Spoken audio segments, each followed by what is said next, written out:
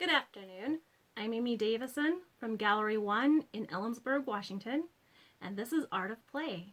Today we're going to be making some rolled paper beads, and I will show you how to string them into some lovely jewelry.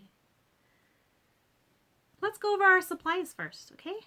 First of all, you're going to need a pair of scissors. Nice long ones will help, but any pair of scissors will help or will work. You can also use a paper slicer for nice straight edges if you have one available. You are going to need some glue. You can either use school glue, craft glue, with a paintbrush and spread it out thin, or you can use a glue stick. You're going to need some string to string it on. Our example, we used some embroidery floss. You can also use yarn. If you're measuring it to go over your head, you need to remember that you need to be able to stretch it clear up and over your head because it has no stretch to it. So you're going to have to make a longer necklace if you're using a non-stretchy thread. If you want a choker or something shorter, you can either put a clasp on there when you tie your ends off, or you can use some stretchy string. Stretchy string is also great if you would like to make a bracelet. Next, you will need some paper. Here I have some lovely marbled paper that we made 2 weeks ago in our shaving cream marbling project. This one is done on some thin printer paper. You can see it's nice and bendy. This one will roll really nice. The heavier cardstock that we used in the other project is not going to roll beautifully for you, okay? So find a thinner paper, make it nice and bright and pretty. Or you can use construction paper. That's going to roll really easily for you. Here I have some pages from a Mary Kay lookbook. It's really nice and thin. This is going to roll beautifully as well. You can use newspaper prints and get the patterns from all of the letters as you roll it. You can use the mailers that come in the junk mailers that come with like hot dogs and hamburgers and things on them. Those would roll and have really pretty colors too. So lots of options. This is a great way to recycle paper and upcycle your scraps. You're also going to need something to roll your beads around. Here is a sucker stick for cake pop making. This is a little stylist from a Melissa and Doug Scratch Art kit. Barbecue skewers work. Or if you want a much smaller hole, toothpicks. But remember, the skinnier the item you're rolling on, the skinnier your hole will be. And if you are using a thicker yarn or even the embroidery floss, it will become harder to string it as the hole gets smaller. So if you are doing this project with little kids, you might want to think about using something a little bit bigger, not quite as big as a pencil because that will leave the bead really fragile.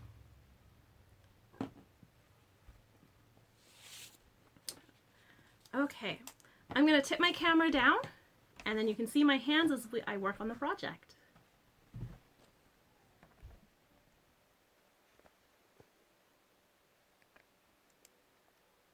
All right, so here we have our paper cutter.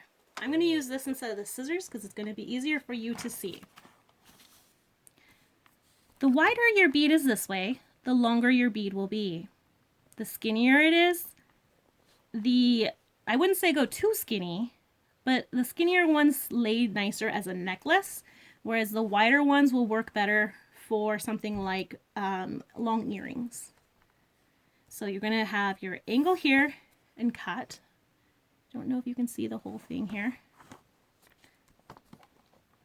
You're going to be cutting long, skinny triangles. Can you see that? Nice, long, skinny triangle.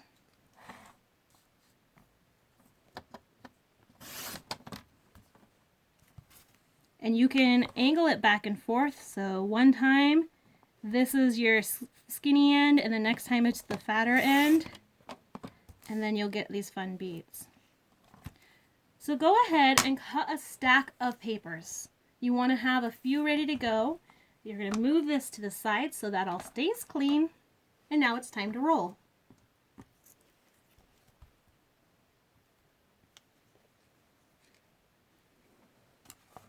Find your rolling stick of choice. Mine has rolled away. Where did it go? It rolled away. We'll pick a different one.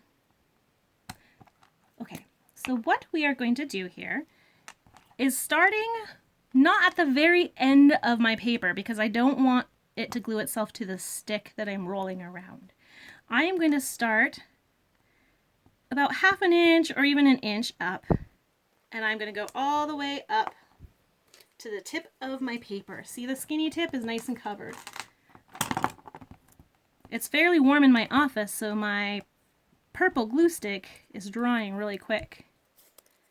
You're going to take this paper and kind of get the roll started by folding it over.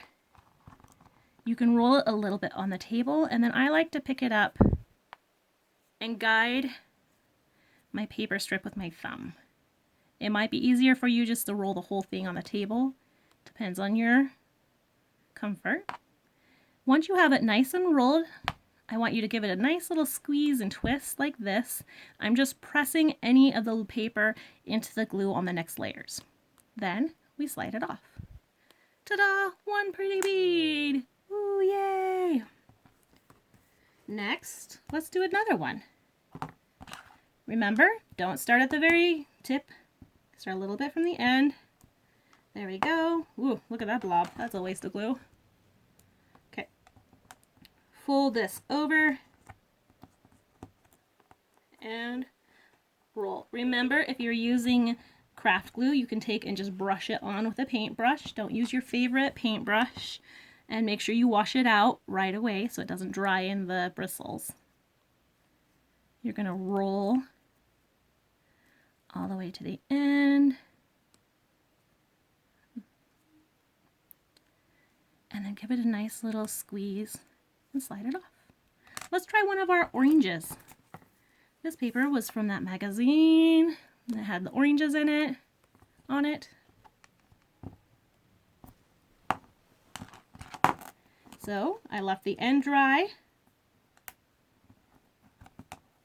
Now it's all sticking on the table. Fold that end a little bit to get it to roll.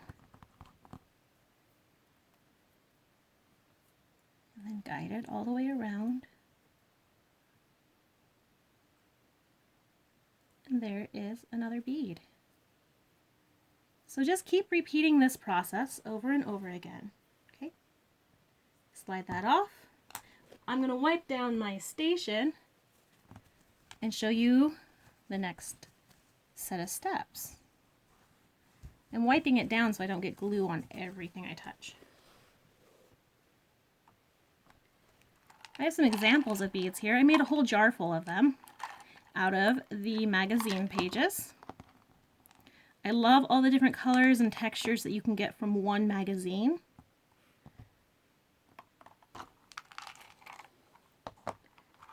And then I have these really pretty ones.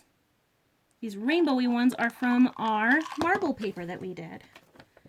So this kind of a background will turn into these beads.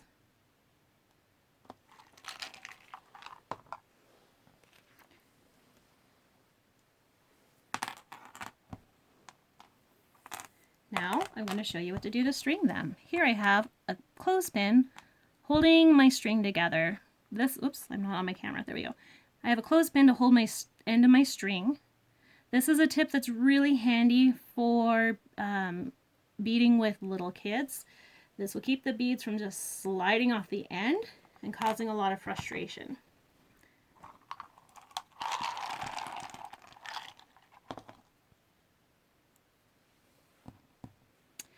Now you just simply figure out which beads you like. You can do them random and just put whatever beads on there. You can try and create a pattern if you would like them to have a certain look or balance. And just keep sliding those on. If your string, if you're using yarn or embroidery floss and you're having a problem with it unraveling, traditionally a lot of sewers and crafters would say just lick on the end. But right now I'm going to advise against that, especially if you're doing this in a crowd of a group. And I would dip this in the end of some clear nail polish and it will seal off the end. Let it dry for about 5 or 10 minutes. And then you basically have created the end like on a shoelace. You basically are creating an aglet for your beading string. And there you go. And like I said in the beginning of the video, make sure that you have measured how high you need this to go to be over your head if you're using a non-stretchy string. Because you don't, it's very sad when you make a project and it doesn't fit. These are made out of paper. And paper is not waterproof. So with your finishing of your project, you're going to want to take and either paint a little bit of nail polish on your beads or hang it up outside and spray it with some spray lacquer or varnish, clear spray paint, any of those things. It'll help seal your beads together and give them a little bit of water resistance. They're still not going to be waterproof, but they'll hold up a little better. You can see that this necklace I made out of the the magazine one. I added some little sparkly spacer beads. I added a cute little tassel on the end to embellish it a little bit more. You can also make bracelets. Remember to use your stretchy string though, so that you can get it on and off of your wrist and take it off to wash your hands.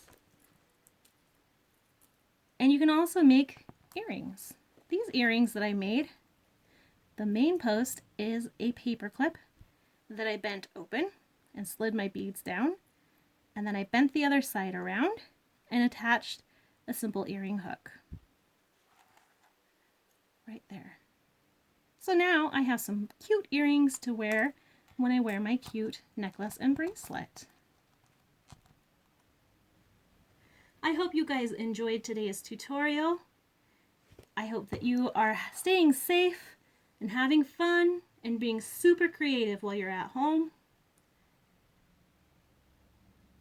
Please check out Gallery One's website at www.gallery-one.org,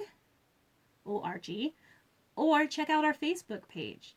Again, this is Amy Davison from Gallery One in Ellensburg, Washington, wishing you a happy weekend and a crafty, crafty day. Goodbye.